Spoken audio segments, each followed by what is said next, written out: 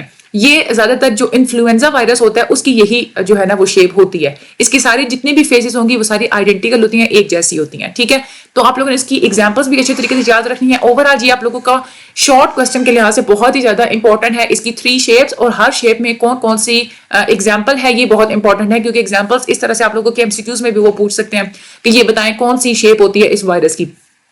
اچھا، ہیلیکل ہوتے ہیں، پولی ہیڈرل شیپس ہوتی ہیں، اس کے علاوہ کچھ اور کمپلیکس شیپس بھی ہوتی ہیں. زیادہ تر جو وائرسز ہوتے ہیں وہ یا تو ان کی پولی ہیڈرل شیپ ہوگی یا تو ہیلیکل کیپسڈ ہوگا، لیکن کچھ وائرسز ایسے ہوتے ہیں جو کہ ان دونوں میں سے کسی ایک کیٹیگری پہ فٹ نہیں آ رہے ہوتے، ان کی ذرا الگ ہی جو ہے نا وہ شیپ ہوتی ہے. جیسے پاکس وائرسز اور جو بڑے بڑے بیکٹیریو فیجز ہوتے ہیں. بیکٹیریو فیجز کا مطلب یہ ہوتا ہے کہ وہ وائرس جو کہ بیکٹیریاز کے اوپر اٹیک کرتے ہیں ان کو ہم لوگ بیکٹیریو فیجز بولتے ہیں. ان کی جو شیپس ہوتی ہیں یہ ذرا کمپلیکس ہوتی ہیں. ان کی اگر ہم لوگ شیپس کی بات کریں تو یہ والا جو ایک آپ لوگوں کو سٹرکچر نظر آ رہا ہے، میں آپ کو ادھر سے زوم کر کے دکھا دیتی ہوں. یہ والا جو ہے ایکوساہیڈرل، یعنی کہ آپ لوگ اس کو کسی بھی سائڈ سے دیکھیں گے یہ شیپ جو ہے نا وہ شیپ اس کی جو ہے نا وہ بالکل سیم ہی نظر آئے گی. یہ کمپلیکس سٹرکچر ہوتا ہے. اس میں درمیان میں ادھر جو ہے نا RNA یا DNA پایا جاتا ہے. یہ والا ان کا جو ہوتا ہے کیپسڈ ہوتا ہے، ٹھیک ہے. اور باقی یہ جو ہے نا وہ ٹیل ہوتی ہے. یہ والی اس کی لیگز ہوتی ہیں، یہ شارٹ لیگز ہوتی ہیں، یہ لانگ لیگز ہوتی ہیں. اور یہ ان کی جو ہے نا وہ شیت ہوتی ہے. یہ پروٹینز بھی آپس میں جو ہے نا وہ ریپ کر کے انہیں شیت بنائی ہوئی ہوتی ہے. تو یہ جو کمپلیکس وائرس ہوتا ہے نا یہ بیکٹیریو فیجز کی کیٹیگری میں آتا ہے. یہ بیکٹیریاز کے اوپر اٹیک کرتا ہے. بیکٹیریو فیج کا ایک الگ سے ٹاپک ہے ہمارے آج کے لیکچر میں، تو ہم لوگ اس کو ڈیٹیل میں جو ہے نا اس میں ہم لوگ اس کو اسٹڈی کریں گے، ٹھیک ہے. اس کے بعد یہ کمپلیکس وائرس کی تھوڑی یہاں پہ ایک امپورٹنٹ یہ ڈائیگرام ہے آپ لوگوں کے پیپر کے لحاظ سے بھی، تو آپ لوگوں نے اس کو اچھے طریقے سے میں آپ کو یہاں سے سمجھا دیتی ہوں. یہ ایک کمپلیکس وائرس ہوتا ہے. اس کے اندر اگر دیکھا جائے تو یہ ایک DNA پایا جاتا ہے. یہ تو ہمیں پتہ نا اس کا ہیڈ ہوتا ہے، یہ والا اوپر یہ جو گول سا اسٹرکچر ہے یہ اس کا ہیڈ ہوتا ہے، ٹھیک ہے. اس کو ہم لوگ بولتے ہیں کیپسڈ، اور اس کا جو سائز ہوتا ہے وہ 65 نینومیٹر ہوتا ہے، ٹھیک ہے. اس کے اندر DNA پایا جاتا ہے. اس کے بعد یہ جو ہے نا اس کو ہم لوگ بولتے ہیں شیت. یہ جو اسٹرکچر ہوتا ہے نا لمبا، اس کو ہم لوگ شیت بولتے ہیں. یہ والی جو لمبی لمبی آپ کو اس کی ٹانگیں نظر آ رہی ہیں نا یہ ہوتی ہے ٹیل فائبر، ٹھیک ہے. یہ ٹیل فائبر ایک بیس پلیٹ کے ساتھ اٹیچ ہوئی ہوتی ہے. یہ آپ لوگوں کو ایک پلیٹ نظر بھی آ رہی ہے، اور اس پلیٹ کے ساتھ چھوٹے چھوٹے اور بھی اسٹرکچرز ہوتے ہیں جن کو ہم لوگ بولتے ہیں پن، ٹھیک ہے. یہ اس کا اوور آل اسٹرکچر ہے. تو یہ آپ لوگوں کی لیبل کے لیے بھی آ سکتی ہے کہ اس ڈائیگرام کو لیبل کریں. تو یہ جو ہے نا اس کے پارٹس آپ کو اچھے طریقے سے یہ پتا ہونے چاہیے. یہ کیپسڈ ہوتا ہے، اس کے اندر DNA ہوتا ہے، یہ شیت ہے، یہ ٹیل فائبر ہے، یہ ادھر چھوٹے چھوٹے یہ جو ہے یہ پن ہے، اور اس کے بعد یہ جو ہے نا یہ بیس پلیٹ ہے، ٹھیک ہے.